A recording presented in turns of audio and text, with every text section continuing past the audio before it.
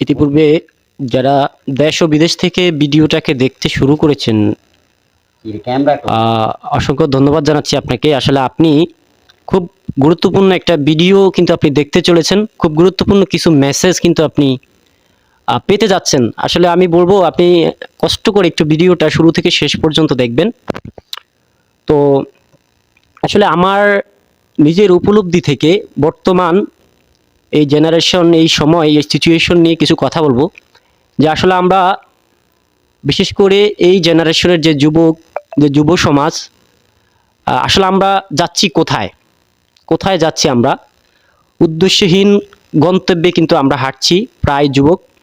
আমরা যদি এখন এই সময় এসে কিছু ছেলে যারা আসলে মোট কথা 18-19 বছর, 20 বছর বয়স, 16-17 বছর বয়স, তাদেরকে যদি জিজ্ঞেস করি আসলে আপনার লাইফের উদ্দেশ্য কি, আমরা দেখব যে অধিকাংশ ছেলে তার লাইফের কিন্তু কোনো উদ্দেশ্য নাই, কোনো গন্তব্য নাই, তার নিজের কোনো প্ল্যান নাই, কোনো পরিকল্পনা নাই, যেটা আসলে আমাদের অধঃপতনের জন্য যথেষ্ট। যে আসলে আমরা কোথায় যাচ্ছি? একটা ব্যক্তি যিনি আসলে হাঁটতেছে, আপনি একটা জায়গায় যাবেন, আপনি যদি লোকেশন না জানেন তাহলে আপনি কোথায় যাবেন?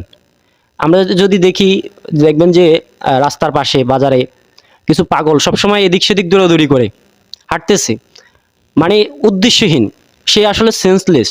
তো বর্তমান যুব সমাজ আসলে আমরা সুস্থ হয়েও কিন্তু আমরা অসুস্থের মতো আসলে জীবনযাপন করছি, অসুস্থর মতো আমরা আসলে ছুটছি। আসলে কোথায় ছুটছি সেটা আমরা কিন্তু জানি না। তো যাই হোক, আসলে আমার যেই মেসেজটা দেওয়ার ছিল, যেই মেসেজটা আশা করি আপনি হয়তো ইতিপূর্বে কিছুটা মেসেজ পেয়ে গিয়েছেন, যে আসলে বর্তমানে জেনারেশন আমরা খুবই ডিস্ট্রাক্টেড, আসলে আমরা খুবই হতাশ, খুবই ডিপ্রেশন, যেটা আসলে আমাদের জীবনের একটা অন্যতম অংশ হয়ে গেছে। আর এটার অন্যতম কারণ হচ্ছে যে আমরা বর্তমানে জেনারেশন, আমরা আসলে আসক্ত। আমরা আসক্তি, এক একজন এক একটা বিষয়ের উপরে আসক্তি। এটার আসলে অন্যতম কারণ হচ্ছে আমাদের ধর্মীয় শিক্ষার না থাকার কারণ, এবং আসলে আমাদের রাষ্ট্রীয়ভাবে আসলে কিছু বিষয় এখানে থাকে, এবং পারিবারিক কিছু বিষয় থাকে, সামাজিক কিছু বিষয় থাকে, যেটার কারণে আসলে আমরা এরকম উদ্দেশ্যহীন। তো আমরা মানে সচেতন না, অবচেতন মনে কিন্তু আমরা যেটা হচ্ছে করতেছি। তো যাই হোক, যে বিষয়টা বলার ছিল সেটা হচ্ছে আমরা আসলে সবাই আসলে যেটা হচ্ছে যে বিশেষ করে জেনারেশন গেম, বিশেষ করে আমরা যদি দেখি, আপনি রাস্তাঘাটে চলতে ফিরতে অসংখ্য ছেলেদেরকে দেখবেন যে গেম নিয়ে পড়ে থাকে সারাদিন। তাদের আসলে না আছে কোনো যেটা হচ্ছে ভাবনা, না আছে কেরিয়ার নিয়ে ভাবনা, না আছে আপনার ধর্ম নিয়ে ভাবনা, না আছে পরিবার নিয়ে ভাবনা। আসলে দিন শেষে হতাশ, ঠিক আছে?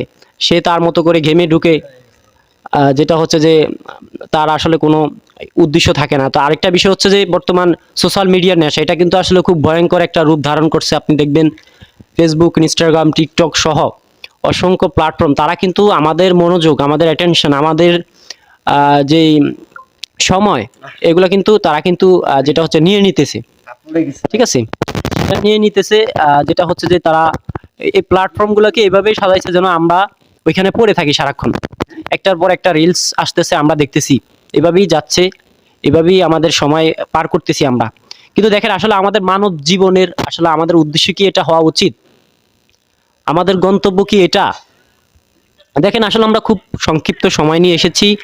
বর্তমানে জেনারেশন আমরা খুব স্বল্প সময় কিন্তু আমরা পেয়ে থাকি আমাদের জীবনে, আমাদের হায়াতে। তো দেখেন, আসলে আমরা সবাই সচেতনভাবে, সচেতন মানসিকতায় আমাদের সময়কে কাজে লাগানো উচিত। আমি মনে করি আপনার সময়কে বিনিয়োগ করা উচিত আপনার নিজের যেটা হচ্ছে নিজের উন্নতির ক্ষেত্রে, নিজের যেটা হচ্ছে নতুন কিছু শিখার ক্ষেত্রে, নতুন স্কিল শিখার ক্ষেত্রে, ধর্মীয় নতুন জ্ঞান অর্জন করার ক্ষেত্রে। আপনার যেটা হচ্ছে যে যে বর্তমান যেই মিডিয়ার যেই বিষয়গুলো রয়েছে, যেমন আপনার সোশ্যাল মিডিয়ার ভিত্তিক অনেক ধরনের প্রফেশন আছে, আপনি চাইলে কিন্তু সেগুলোতে কিন্তু আপনি চাইলে কিন্তু শিখতে পারেন, কিন্তু তা করছি না আমরা। আসলে বিভিন্নভাবে কিন্তু আমরা আসক্তি হয়ে পড়েছি, এবং আমরা আসক্ত সবাই। তো যাই হোক, আমি আর বেশি কথা বলাচ্ছি না, এখানেই শেষ করছি। আসসালামু আলাইকুম, সবাই ভালো থাকবেন। আসসালামু আলাইকুম রহমতুল্লাহ বারাকাতুহু।